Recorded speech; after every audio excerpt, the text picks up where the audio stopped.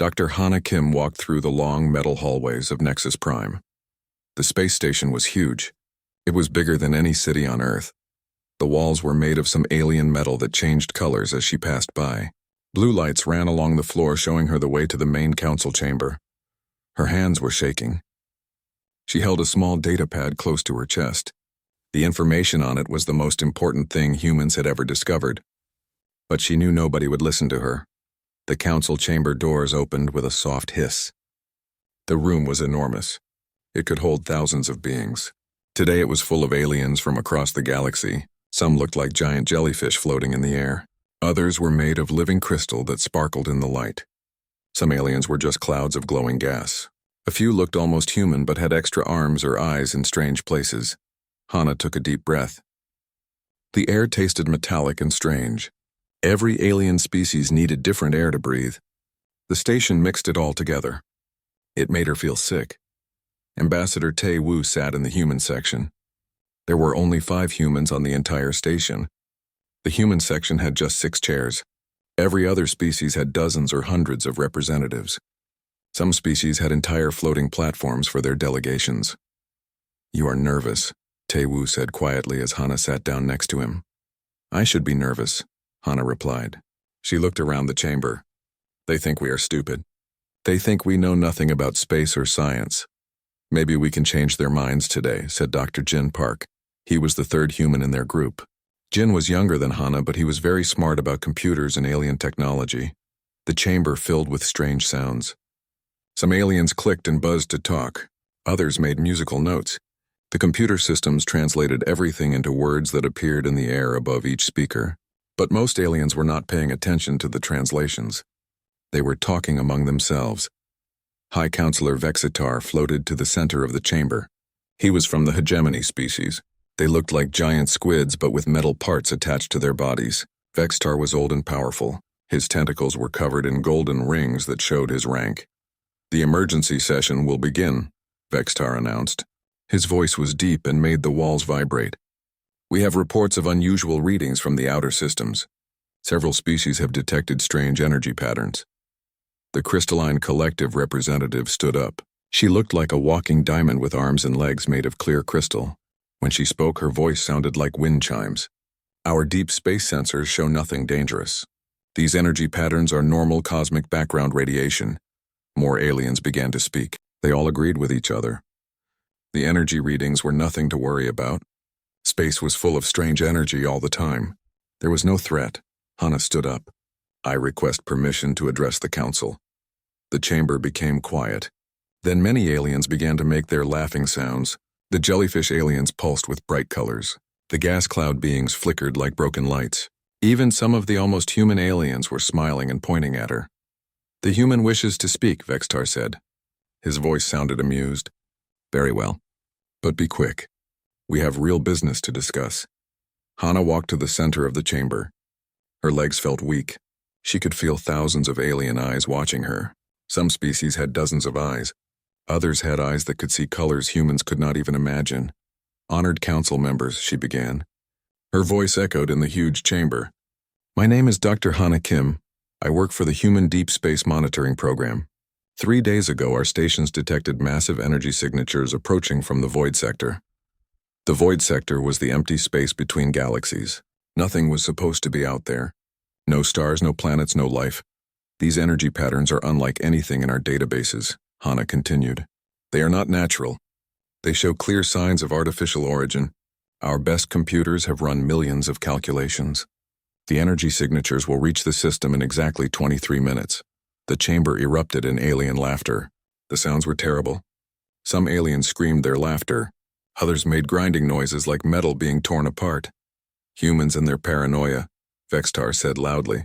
"Your species has been in space for less than 200 years. We have been traveling between stars for over 50,000 years. Your primitive sensors are probably detecting solar wind from a distant star." The plasma beings began to flicker faster. This was their way of showing extreme amusement. One of them spoke in a voice like crackling fire. "Human technology is so basic. Their computers are barely smart enough to calculate simple math. They think every shadow is a monster." Dr. Jin Park stood up. Counselor Vextar, if I may show you our data, the pattern recognition algorithms clearly indicate— Algorithms, another alien interrupted. This one looked like a giant insect with too many legs. Human algorithms. We have quantum consciousness networks that can predict the future. Your algorithms are like children counting on their fingers. More laughter filled the chamber. Hannah felt her face getting hot. She knew they thought humans were stupid, but she had to make them understand. Please, she said louder. Look at the data. The signatures are organized. They move in formation. They are scanning our systems. This is not natural phenomenon. Something is coming. Something dangerous. Dangerous to humans, perhaps, said the crystalline collective representative. Your weak bodies and primitive technology make everything seem dangerous. We have shields that can stop the energy of a star. We have weapons that can crack planets in half. What could possibly threaten us? The chamber filled with more laughter and alien chatter. Hannah looked at her datapad. 20 minutes until the energy signatures reached the system. 20 minutes until whatever was coming arrived. The energy readings suggest weapons technology far beyond anything we have seen. Hannah tried again. The power levels are impossible. The scanning patterns indicate they are looking for something specific. Please, you must listen. Enough, Vextar boomed. His voice made the floor shake. We have heard enough human fear-mongering. Security will escort the human delegation back to their quarters. This council has real threats to discuss, not the nightmares of primitive minds. Large alien security guards began walking toward the human section. They looked like walking rocks with arms and legs. Their steps made loud thuds on the metal floor. Taewoo stood up quickly. This is outrageous. We came here in good faith with vital information. Information, laughed an alien that looked like a floating brain in a jar. Human information is worthless. Your species could not even build proper starships until we gave you the technology. And now you think you can teach us about threats in space. The security guards reached the human section. They were twice as tall as any human, and their rock-like skin looked impossible to hurt. Come quietly, one guard said in a voice like grinding stone. Do not make this more embarrassing for your species. Hannah looked around the chamber one more time. Every alien was laughing or talking among themselves. Nobody was looking at her data. Nobody cared about her warning. As the security guards led the humans away, Hannah heard Vextar address the council again. Now that the humans are gone, we can discuss the real business. The trade negotiations with the Stellar Commonwealth. The chamber doors closed behind them. Hannah walked down the corridor with the other humans. The security guards followed close behind. 18 minutes, she whispered to herself, looking at her datapad. 18 minutes and they will see. But deep in her heart, Hannah knew 18 minutes might be too late for everyone. The energy signatures were getting stronger. Something was coming, and humanity was the only species that knew. Dr. Hannah Kim sat alone in the human embassy quarters. The room was small and plain compared to the luxury suites given to other species. The walls were basic gray metal. The furniture looked cheap and simple, but it was quiet here. She could think. She stared at her personal scanner. The small device was old by galactic standards. Most alien species used complex quantum sensors that could detect particles from other dimensions. Hannah's scanner was just basic electronics and simple computer chips, but it worked, and right now it was showing her exactly what she had predicted. The energy signatures were getting stronger every minute. 15 minutes left. Then 10 minutes. Then 5. Ambassador Taewoo had gone to file a complaint with the station administration. He was trying to get the council to listen to their warning. Dr. Jin Park was in the communications room trying to contact Earth's small space fleet. The other humans on the station were doing what they could, but Hannah knew it was too late. Whatever was coming would arrive exactly when her calculations said it would. She watched the numbers on her scanner change. 3 minutes. 2 minutes. 1 minute. At exactly the moment her math had predicted, space itself seemed to break open. Hannah ran to the small window in her quarters. Outside she could see the stars and the darkness of space. But now there was something else. Reality was tearing apart like paper being ripped in half. Massive ships came through the tiers in space. They were bigger than anything Hannah had ever seen. Each ship was the size of a small moon. Their hulls were black and seemed to eat the light around them. Strange energy flowed across their surfaces like liquid lightning. The ships moved in perfect formation. There were dozens of them, maybe hundreds. They surrounded Nexus Prime like hungry wolves surrounding a sheep. Suddenly, every alarm on the station began to scream. The lights in Hana's room turned red. Emergency messages started playing over the communication systems, but most of the messages were in alien languages that the computer could not translate fast enough.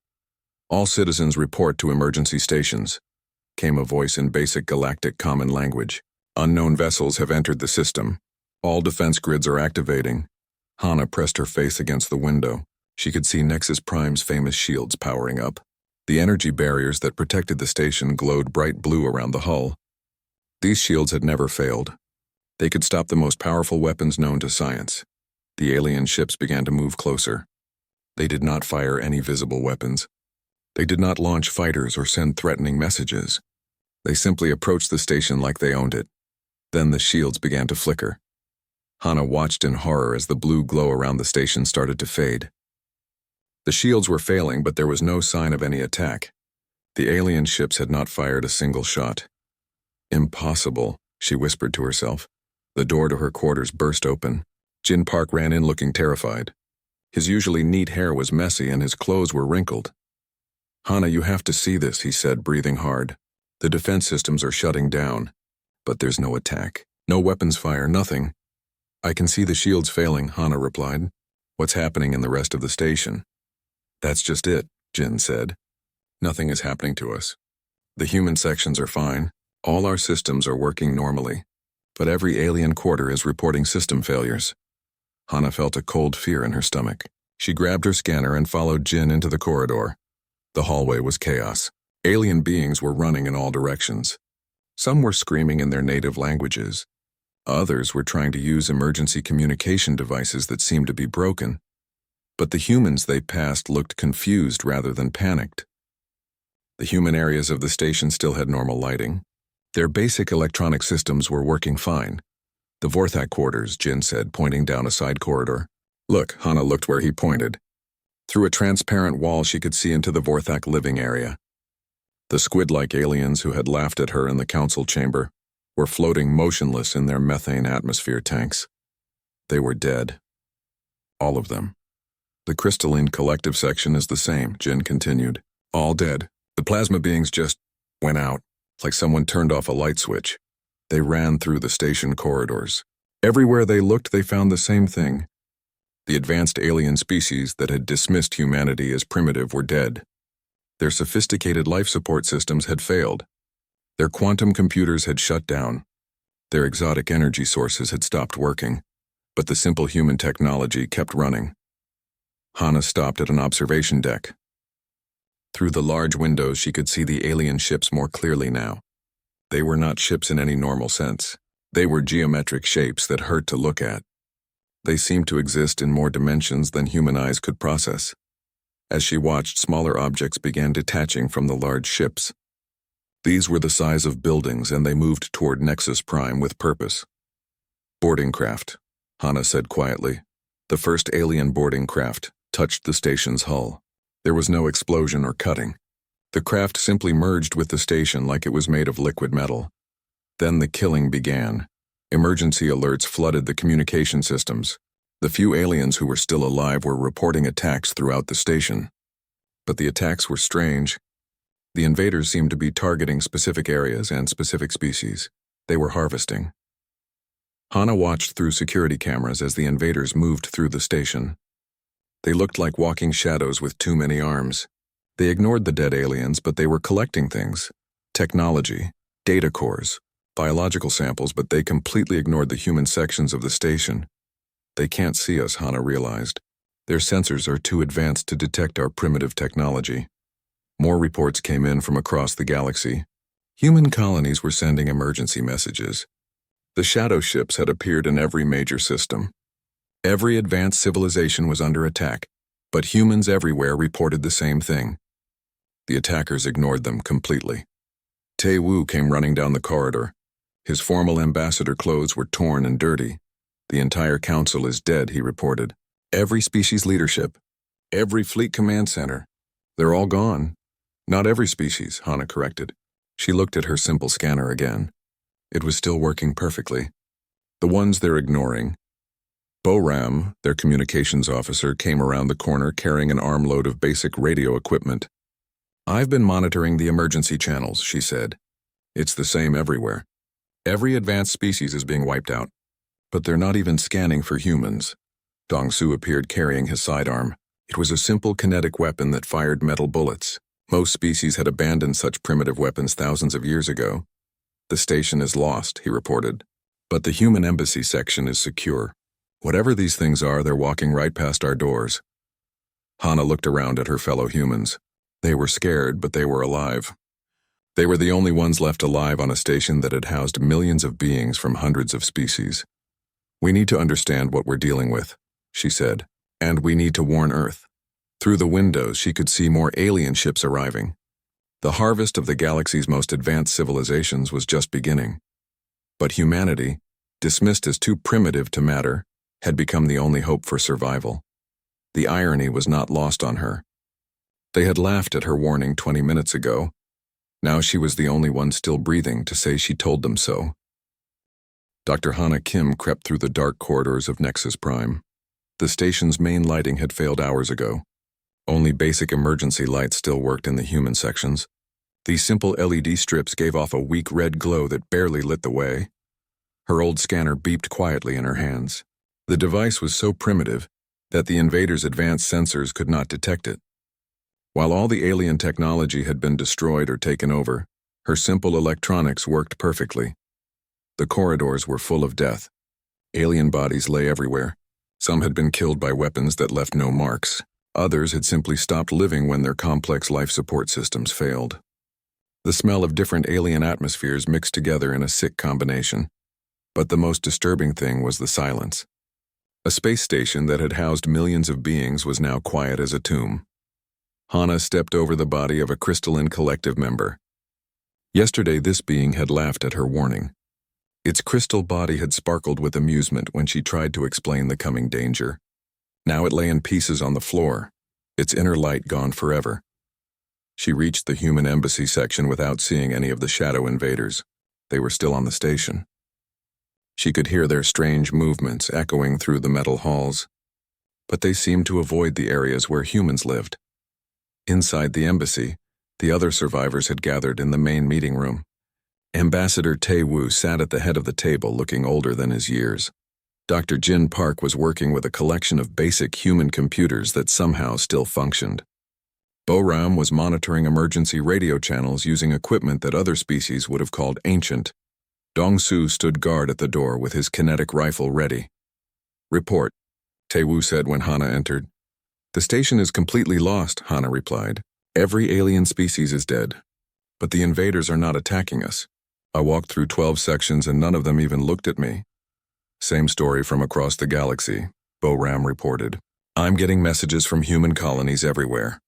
These shadow ships have hit every major system. Every advanced civilization is gone, but humans are being completely ignored." Jin Park looked up from his computers. "I've been analyzing the attack patterns. The invaders are targeting complex technology and advanced biological systems. Their scanning methods are designed to find the most sophisticated targets first. And we are the least sophisticated species in the galaxy," Tae-woo said with bitter irony. "Exactly," Hana agreed. "Our neural networks are simple compared to other species. Our technology is crude and basic. To their advanced sensors, we probably look like animals." The idea was both insulting and comforting. For decades, humans had been treated as the stupid younger species by the galactic community. The aliens had given them basic space travel technology out of pity. Human science and culture had been dismissed as primitive entertainment. Now that same primitive nature was keeping them alive. "There's more," Jin Park continued. "I've been monitoring their operations. These invaders are not just destroying. They are harvesting, taking technology and biological samples from every species they kill." "What kind of samples?" Dong-Su asked. "Everything," Jin Park replied. "DNA sequences, brain tissue, computer cores, weapons technology, art and cultural artifacts.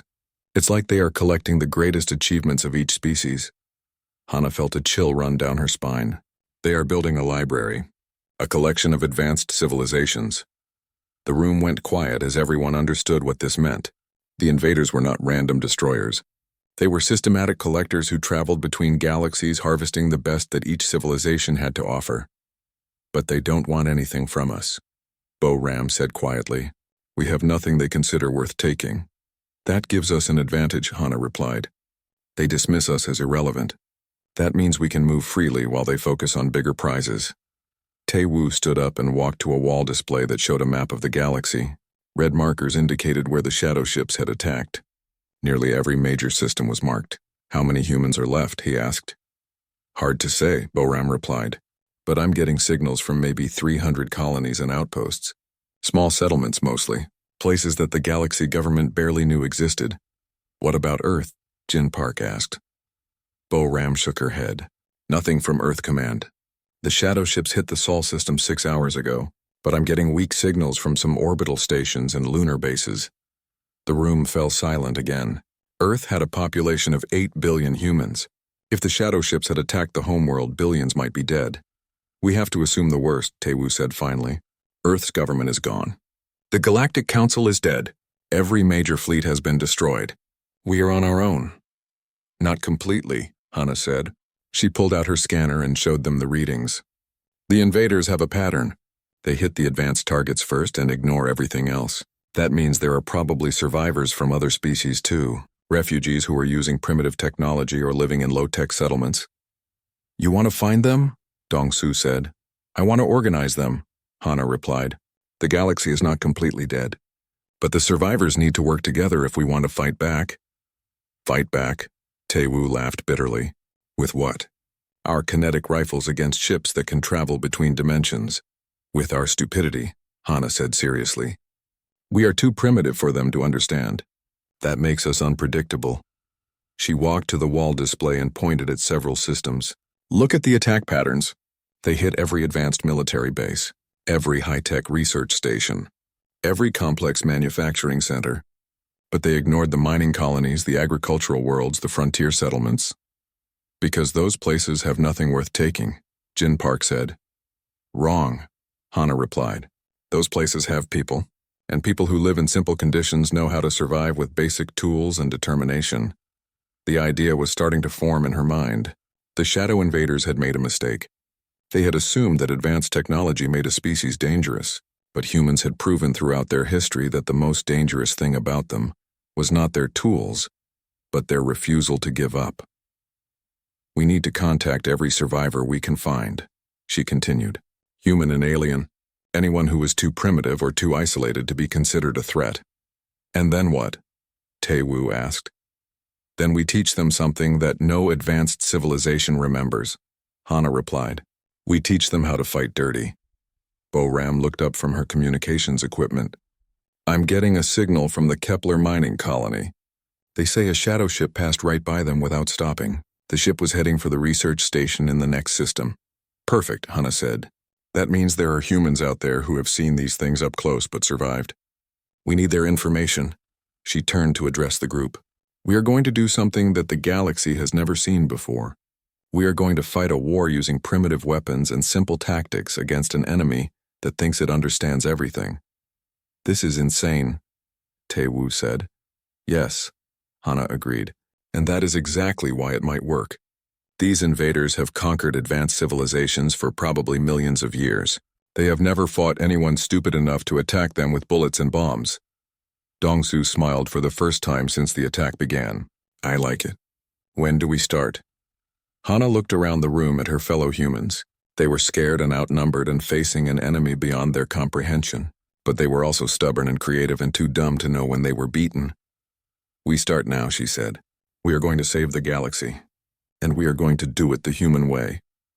Outside the station, the shadow ships continued their harvest. They had no idea that their greatest threat was sitting in a small room planning their defeat with nothing but primitive determination and the refusal to surrender. The galaxy's most advanced species had laughed at humanity's warnings. Now humanity was the only species left to laugh last.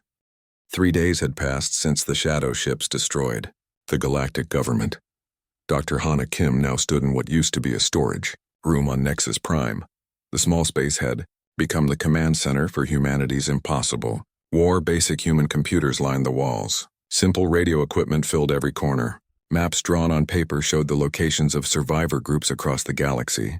Everything looked primitive and crude compared to the advanced technology that had once filled the station, but it all worked. And more importantly, the invaders could not detect any of it. "Report from the Vega mining colony," Boram announced from her radio station. Captain Yuna's ship reached them safely. "The miners are willing to join the resistance." Hana nodded and marked another location on her paper map. Captain Yuna commanded one of humanity's few remaining military vessels. Her ship was old and simple compared to alien technology. The hull was basic steel and titanium. The weapons were kinetic cannons that fired metal projectiles.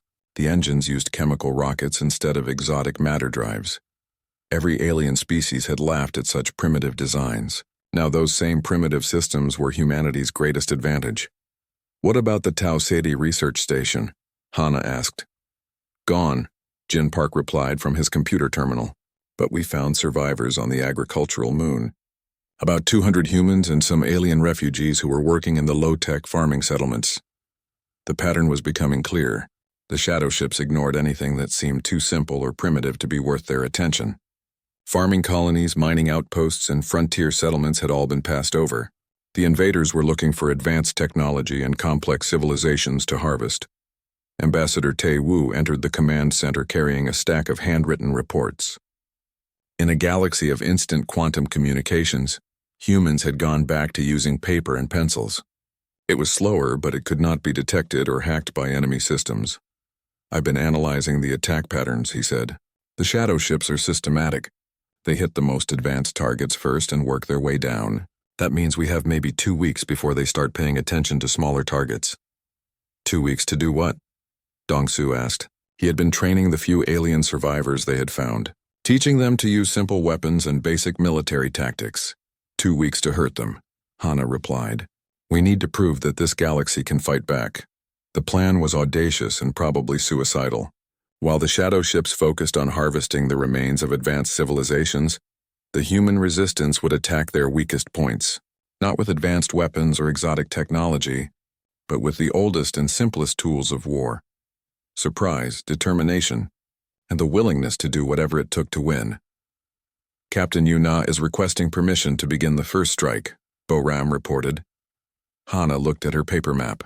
Yuna's ship was positioned near a shadow vessel that was harvesting technology from a destroyed hegemony research facility. The alien ship was massive and heavily protected.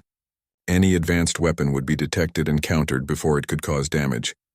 But Yuna's ship was invisible to their sensors. Her chemical rockets and kinetic weapons were too primitive to be considered a threat.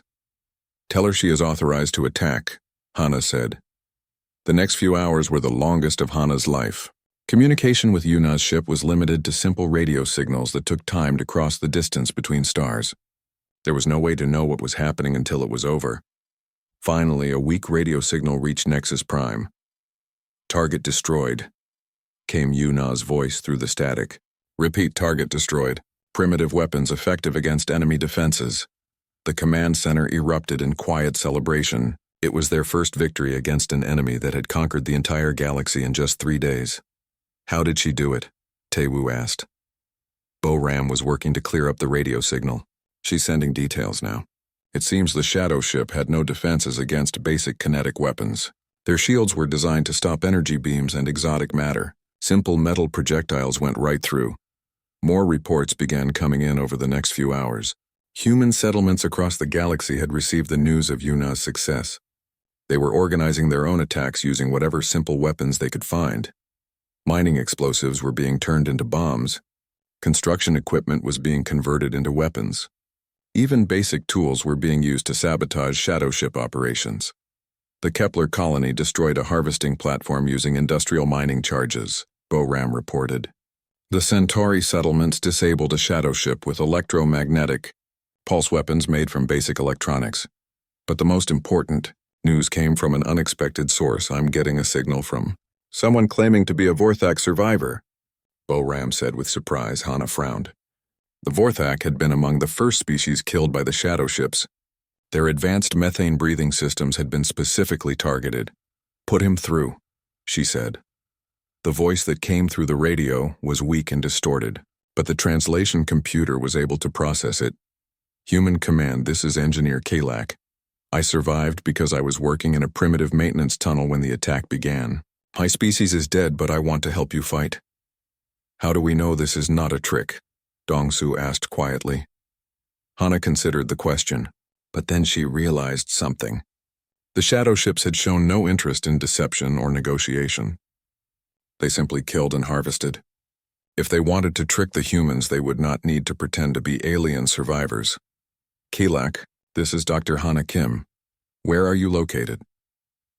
I am hiding in the lower maintenance sections of the Rigel trading station. The shadow ships have been harvesting the upper levels for 2 days, but they ignore the simple mechanical systems down here. What can you tell us about their operations? They are systematic, Kalak replied. They scan each facility and take only the most advanced technology. Quantum computers, exotic matter generators, dimensional weapons. But they leave behind anything that operates on basic physical principles. This was exactly what Hana had suspected. The invaders were so advanced that they could not conceive of simple technology being dangerous. Kalak, are there other survivors from your species? A few, maybe 50 or 60 scattered across the galaxy. All of them were in low-tech areas when the attacks began. We want to join your resistance. Over the following days, more alien survivors contacted the human command center. Most were individuals who had been working in primitive conditions when the shadow ships arrived. Some were refugees who had been living in simple settlements that the invaders ignored. They were all asking the same thing. They wanted to fight back. Hana found herself becoming the leader of the strangest alliance in galactic history. Humans with their kinetic weapons and chemical explosives, Forthak engineers who understood basic mechanical systems, crystalline collective artisans who worked with simple tools, even a few plasma being researchers who had been studying primitive energy forms when their species was destroyed. We have maybe 300 combatants across the entire galaxy, Tae-Woo reported, against an enemy that destroyed billions in 3 days. Numbers don't matter, Hana replied. We are not trying to match them ship for ship. We are trying to prove that this galaxy will not be harvested quietly. The first coordinated attack came a week after Yuna's initial success. 12 human ships and several captured alien vessels attacked shadow operations across 6 different systems simultaneously. The results exceeded everyone's expectations. Every attack succeeded. Shadow ships were destroyed or damaged by weapons they could not detect until it was too late. Harvesting operations were disrupted by explosives that their sensors dismissed as harmless. But the most important result was psychological. We're getting signals from across the galaxy, Boram reported excitedly. More survivors are coming out of hiding. They heard about our victories and they want to join the fight. Hana looked at her growing collection of paper maps and handwritten reports. It was not much compared to the technology that once governed the galaxy, but it was something that the shadow ships had not encountered before. Resistance. Begin Phase 2, she ordered. It's time to take this war to their command centers. The shadow invaders had conquered every advanced civilization they had ever encountered. They had harvested the greatest achievements of 1,000 species, but they had never fought. Anyone stubborn enough to keep coming back with nothing but determination and the refusal to surrender. They were about to learn why humans had survived and prospered on a dangerous world at the edge of nowhere. The galaxy's most primitive species was about to teach the universe's most advanced invaders what it meant to fight for survival. 2 weeks had passed since the first successful attacks on the shadow ships. Dr. Hana Kim stood in what had once been the Nexus Prime Council chamber. The magnificent room where alien species had laughed at her warning was now a war room filled with primitive human equipment. Paper maps covered the walls where holographic displays once showed galactic trade routes. Basic radio equipment replaced quantum communication networks. Simple mechanical clocks ticked loudly in the silence where advanced time dilation fields had once kept perfect universal time, but this crude command center was coordinating the most important military campaign in galactic history. Report from the Outer Rim, Boram announced from her radio station. Captain Yuna's fleet has destroyed 3 more harvesting platforms. Total shadow ship losses are now at 47 confirmed kills. Hana marked the victories on her paper map with a simple pencil. Each mark represented a small victory against an enemy that had seemed impossible to defeat. More importantly, each victory proved that the galaxy could fight back. What about recruitment, she asked. Dr. Jin Park looked up from a collection of handwritten reports. We're getting volunteers from species we didn't even know had survived. A group of hegemony engineers who were working in a simple mining operation. Some crystalline collective artists who use basic tools. Even a few plasma being scientists who study primitive energy forms. The resistance was growing, but it remained desperately small compared to the scale of the invasion. However, Hana had learned something important about the shadow ships during the past weeks of fighting. They were not as invincible as they appeared. "Jin, show me the analysis of the captured shadow ship technology," she said. Jin Park spread several hand-drawn diagrams on the table. The images showed the internal structure of shadow ship components that had been recovered from battle sites. "This is fascinating," Jin said, pointing to one diagram. "Their technology is incredibly advanced, but it has a fundamental weakness. Everything is designed to counter sophisticated attacks." "Meaning what exactly?" Ambassador Taewoo asked. "Their shields can stop antimatter weapons and dimensional torpedoes," Jin explained. "Their sensors can detect quantum signatures and exotic particle emissions. Their defensive systems are programmed to counter every known form of advanced warfare. But they can't handle a simple metal bullet," Dong-Su added with a grin. "Exactly," Jin replied. "It's like building a wall to stop tanks but forgetting about someone with a ladder." Hana studied the diagrams. The shadow ships were marvels of engineering that represented millions of years of technological development. But their creators had made one critical mistake. They had become so advanced that they had forgotten how to defend against simple attacks. "There's something else," Jin continued. "I've been analyzing their behavior patterns. The shadow ships learned from each encounter. After our first attacks, they began scanning for kinetic weapons. After our bombing raids, they started detecting chemical explosives. They're adapting," Hana said. "Yes, but slowly," Jin replied. "Their technology is so complex that modifying it takes time. We can stay ahead of them by constantly changing our tactics." This was the key insight that would define the rest of the war. The shadow ships were incredibly powerful, but they were also rigid and predictable. They had been designed to fight other advanced civilizations using advanced methods. Humanity's greatest advantage was not their technology, but their ability to improvise and adapt. "New orders for all units," Hana announced. "No tactics are to be repeated more than 3 times. Every attack must be different from the last one. Keep them guessing." Over the following days, the human resistance began to evolve its methods of warfare. Instead of relying on kinetic weapons, they started using captured alien technology in ways the original designers never intended. A group of Vorthak survivors figured out how to turn mining equipment into improvised railguns.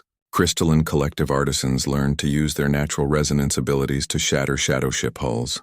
Plasma being researchers discovered how to create simple energy, weapons that the invaders' sensors dismissed as natural phenomena.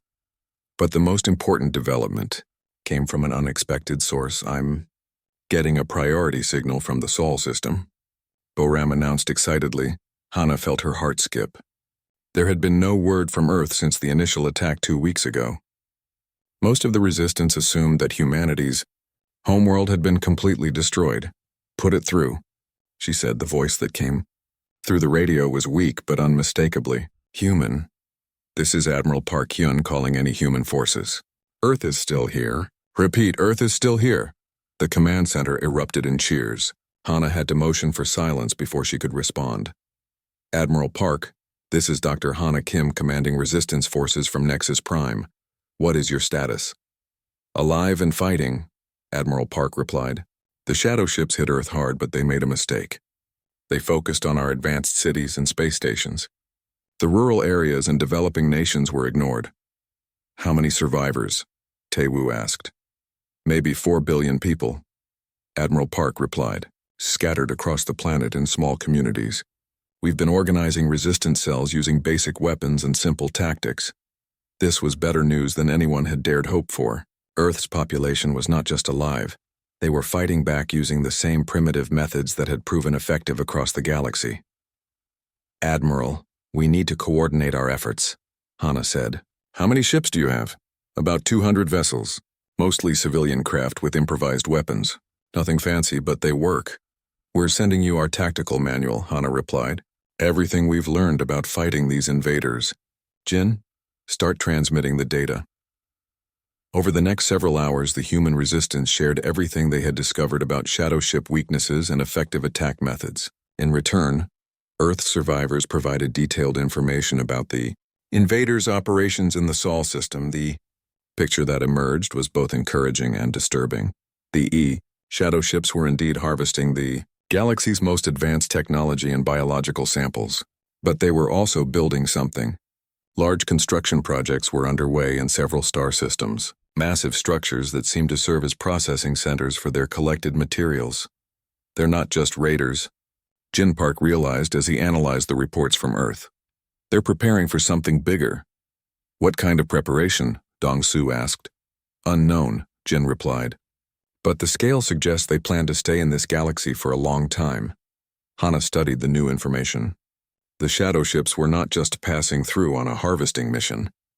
They were establishing a permanent presence. That changed everything.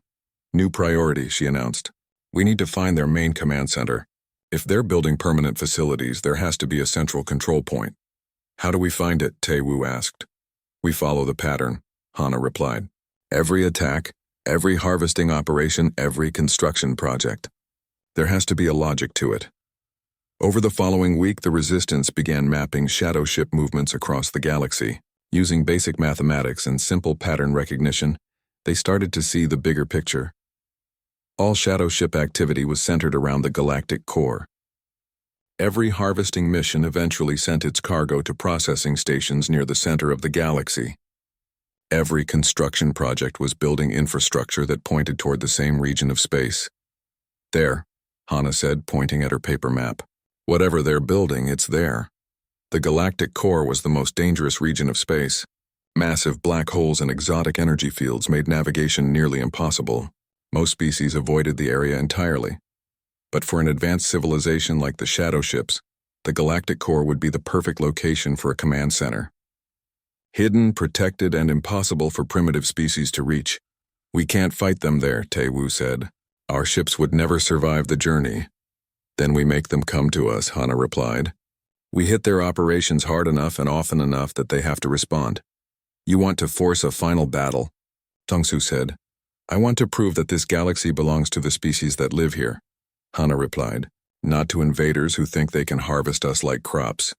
The plan was ambitious and dangerous, but it was also their only chance to end the war before the shadow ships completed whatever they were building in the galactic core. The Resistance had grown from a handful of survivors to a galaxy-spanning alliance. Humans and aliens working together with primitive technology and desperate courage, they were about to face their greatest test. The shadow invaders had conquered every advanced civilization they had ever encountered.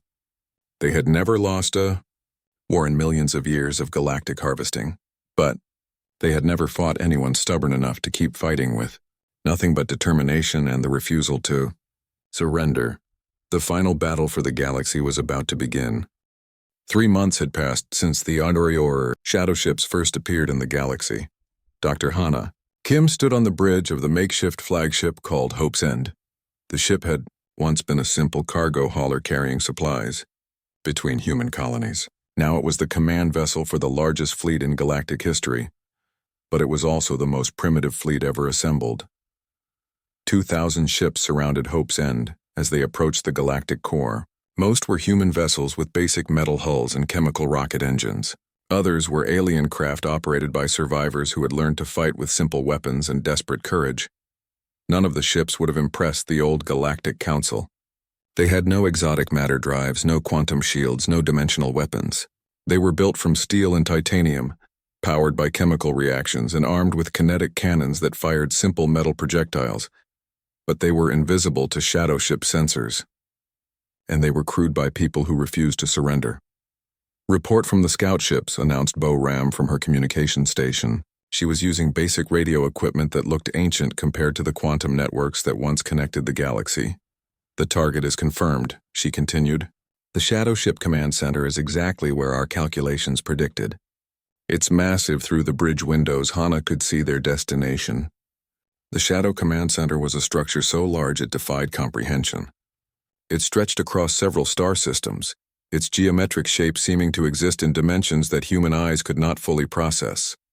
Smaller shadow ships moved around the structure like insects around a hive. There were thousands of them, maybe tens of thousands, more enemy vessels than the Resistance had ever faced before. "How many do you count?" asked Admiral Park Hyun. He had brought 200 ships from Earth's surviving fleet to join the final battle. "Our best estimate is 12,000 combat vessels," replied Dr. Jin Park from his analysis station, plus an unknown number of support craft and defensive platforms. The numbers were overwhelming. The entire Resistance fleet was outnumbered 6-1. In any normal space battle, this would have been certain defeat, but this was not a normal space battle. "Remember the plan," Hana announced over the fleet communication system. "We are not trying to match them ship for ship. Our goal is to reach the command center and disable their control systems." The strategy was based on everything they had learned about shadow ship technology during months of fighting. The invaders were incredibly advanced, but they were also centralized. Every shadow ship in the galaxy was controlled from the massive structure at the galactic core. If they could destroy the command center, the entire invasion fleet would be crippled. "All ships report ready for attack," Bo-Ram announced. Hana looked around the bridge at her fellow humans and alien allies. Ambassador Tae-woo had volunteered to serve as tactical coordinator. Jin Park was monitoring enemy communications using equipment he had built from spare parts. Dong-soo commanded the ship's small security force, armed with kinetic weapons that other species had abandoned centuries ago. Also on the bridge were representatives from the surviving alien species. Engineer Kalek from the Vorthak had learned to operate human technology. Artist Jin from the Crystalline Collective had discovered that her natural abilities could disrupt shadow ship systems. Researcher Vex from the Plasma Beings had figured out how to create simple energy weapons. They were the last survivors of civilizations that had once ruled the galaxy. Now they were united in the desperate hope that primitive determination could defeat advanced technology. "Begin the attack," Hana ordered. The Resistance fleet moved forward in a formation that would have horrified military strategists from any advanced species. Instead of the precise geometric patterns used by sophisticated navies, they attacked in loose groups that changed direction randomly. The shadow ships responded exactly as predicted. Their sensors detected the approaching fleet but dismissed it as irrelevant. The Resistance vessels were too primitive to register as a serious threat. This mistake lasted exactly 47 seconds. The first Resistance ships reached firing range and opened fire with kinetic weapons. Simple metal projectiles streaked across space at incredible velocity. The shadow ships had shields that could stop exotic energy beams and dimensional torpedoes, but they had no defense against basic physics. Hull plating shattered. Critical systems failed. Advanced technology that had been perfected over millions of years was destroyed by weapons that operated on principles older than civilization itself. "Direct hits on multiple targets," Jin Park reported. "Shadow ship formations are breaking apart." But the enemy adapted quickly. Within minutes, shadow ships began deploying countermeasures against kinetic weapons. Energy fields appeared that could deflect metal projectiles. Defensive systems came online that had not been used for eons. "They're learning," Tae-woo observed. "Then we changed tactics," Hana replied. All ships switched to explosive charges, random detonation patterns. The fleet immediately shifted to using simple chemical explosives launched from improvised catapults and magnetic accelerators. Mining charges designed to break asteroids became weapons of war. Construction explosives used to clear building sites became tools of destruction. Once again, the shadow ships were caught unprepared. Their defensive systems had been modified to stop kinetic projectiles, not explosive devices. Entire sections of enemy vessels disappeared in chemical fireballs that their advanced sensors could not predict or prevent. The battle continued for hours as the Resistance fleet fought its way toward the command center. Every time the shadow ships adapted to one tactic, the humans and their allies switched to something completely different. They used electromagnetic pulse weapons built from basic electronics. They employed sound-based attacks that exploited the enemy's sensitive communication systems. They even resorted to ramming attacks when their ammunition ran low, but the cost was terrible. For every shadow ship destroyed, the Resistance lost 3 or 4 vessels. The mathematical reality of the battle was inescapable. They were winning tactically but losing strategically. "We're down to 800 ships," Bo-Ram reported grimly. The command center is still 2 million kilometers away, Jin Park added. Hana looked at the tactical display. They had fought harder and more cleverly than any force in galactic history. But they were simply outnumbered by too large a margin. Then she noticed something. Jin analyzed the shadow ship response patterns. Are they still receiving orders from the command center? Jin Park worked frantically with his primitive computers for several minutes before responding. Yes, but the communication lag is increasing. I think the command center is having trouble processing information from this many simultaneous battles. This was the insight that changed everything. The shadow ships were incredibly advanced individually, but their centralized command structure was becoming overwhelmed by the chaos of fighting an unpredictable enemy. All ships concentrate fire on communication relays, Hana ordered. Ignore the combat vessels. Target only the systems that connect them to the command center. The resistance fleet immediately shifted tactics once again. Instead of trying to destroy shadow ships, they focused on disrupting the communication networks that linked the enemy fleet together. Simple jamming devices built from basic radio equipment began interfering with exotic quantum communication systems. Kinetic weapons targeted communication arrays with precision strikes. Even the most primitive electronic warfare tools proved effective against technology designed to counter advanced attacks. Within an hour, the shadow ship fleet began to show signs of confusion. Vessels that had moved in perfect coordination started making individual decisions. Formation patterns that had been flawless became chaotic. The command center is losing control, Jin Park reported excitedly. Then it's time to finish this, Hana replied. All ships final approach. Target the command center directly. The remaining resistance vessels formed up for the last phase of the battle. 400 ships against the largest artificial structure ever built. They had no chance of destroying it through conventional attack, but conventional attack was not the plan. As the fleet approached the command center, boarding shuttles launched from every resistance ship. These small craft were packed with volunteers carrying the simplest weapons imaginable. Kinetic rifles, chemical explosives, and basic cutting tools. The Shadow Command Center had defenses that could stop entire fleets. But it had no way to counter individual humans walking through its corridors with simple weapons and the determination to complete their mission. Hana led the boarding party from Hope's End. She carried nothing but her old scanner, a kinetic pistol, and a backpack full of chemical explosives. Behind her came humans and aliens united by the shared experience of being dismissed as primitive and irrelevant. The interior of the command center was beyond description. Corridors that seemed to stretch into infinity. Technology that operated on principles beyond understanding. The accumulated knowledge of millions of conquered civilizations stored in systems that defied comprehension. But at the center of it all was something surprisingly simple. It's just a computer, Jin Park said in amazement as they reached the command core. The Shadow Invasion fleet was controlled by a single artificial intelligence. It was incredibly advanced,